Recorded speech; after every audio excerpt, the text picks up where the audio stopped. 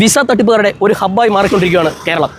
European കൺട്രികളിൽ പോയി രക്ഷപ്പെടണം, നല്ല ജോലി കിട്ടണം, നല്ല ശമ്പളം കിട്ടണം എന്ന ആഗ്രഹവുമായി ലക്ഷക്കണക്കിന് ചെറുപ്പക്കാർ നമുക്ക് കേരളത്തിൽ തന്നെയുണ്ട്.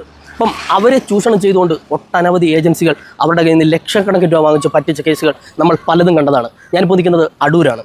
കഴിഞ്ഞ ദിവസം തന്നെ നമ്മുടെ സുഹൃത്തായ ചങ്ങാതിക്കൂട്ടം വന്ന് ഇവിടെ ഒരു വീഡിയോ ചെയ്യുണ്ടായി. അടൂർ ഒട്ടനവധി ആൾക്കാർ ഇതുപോലെ തന്നെ വിസ തട്ടിപ്പിന് ഇരയായിട്ടുണ്ട്, അല്ലെങ്കിൽ വിസ തട്ടിപ്പിന് ഏജൻസി നടത്തി തട്ടിപ്പ് നടത്തുന്നുണ്ട് എന്ന വീഡിയോ ചെയ്യുകയും ഞാനപ്പം ബിജീഷുമായിട്ട് സംസാരിക്കുകയൊക്കെ ചെയ്തിട്ടുണ്ട്. ആ സമയത്ത് ഇവിടെ അടൂർ വന്നതിന് ശേഷം എറണാകുളത്തൊരു ഓഫീസിൽ ചെന്നും ഈ പറയുന്ന ചങ്ങാതിക്കൂട്ടം ഒരു വീഡിയോ ചെയ്തിട്ടുണ്ട്. പാവപ്പെട്ട ചെറുപ്പക്കാർ ലോൺ എടുത്തും കടം വാങ്ങിച്ചും ലക്ഷക്കണക്കിന് രൂപയാണ് ഈ പല ആൾക്കാരുടെയും കൊണ്ട് കൊടുത്തത്. അവർ ഈ ശരീരമിളകാതെ തിന്നു കൊഴുത്ത് ജീവിച്ചുകൊണ്ടിരിക്കുകയാണ്.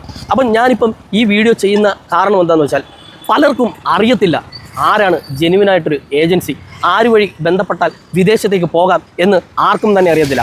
അപ്പോൾ എൻ്റെ ഈ വീഡിയോ കണ്ടുകൊണ്ടിരിക്കുന്ന ഇവിടെ ഈ ഏജൻസി, ഇതുള്ള കേരളത്തിലെ ഏജൻസി വഴി വിദേശത്ത് പോയിട്ടുള്ളവർ ദയവ് ചെയ്ത് ഒന്ന് കമൻറ്റ് ചെയ്യണം. നിങ്ങൾ ഏത് ഏജൻസി വഴിയാണ് പോയത്? നിങ്ങൾക്ക് അവിടെ നല്ല ജോലിയാണോ, അതോ നിങ്ങൾ ചതിക്കപ്പെട്ടോ എന്ന് ഈ ഒരു വീഡിയോ കണ്ടിട്ട് കമൻറ്റ് ചെയ്യണം. ശരിക്കും പറഞ്ഞാൽ നിങ്ങളൊന്ന് ആലോചിച്ച് നോക്കി, ഇതിൻ്റെ പേരിൽ പലരുടെയും പേരിൽ കേസ് എടുക്കുന്നുണ്ട്. പക്ഷേ അതിനുശേഷം എന്താണ് സംഭവിക്കുന്നതെന്ന് ആർക്കും തന്നെ അറിയത്തില്ല. കാര്യം കേസുകൾ പലത് വരുന്നുണ്ട്. വിസ തട്ടിപ്പ് കേസിൽ പലരും അറസ്റ്റ് ചെയ്യപ്പെടുകയും ചെയ്യുന്നുണ്ട്. പക്ഷേ കൂടുതൽ കേസുകളും സെറ്റിൽമെൻറ്റിലൂടെയാണ് മുന്നോട്ട് പോയിക്കൊണ്ടിരിക്കുന്നത്. കാര്യം ചില ആൾക്കാരെ വിളിച്ചിട്ട് പോലീസ് സ്റ്റേഷനിലായാൽ പോലും സെറ്റിൽമെൻറ്റ് ചെയ്യുന്നൊരു സാഹചര്യമാണ് ഉണ്ടാകുന്നത്.